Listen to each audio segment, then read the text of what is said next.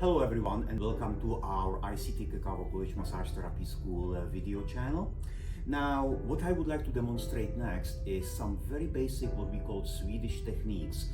These are techniques that require application of lotion and provide glide between the therapist's hands and the skin of the therapist.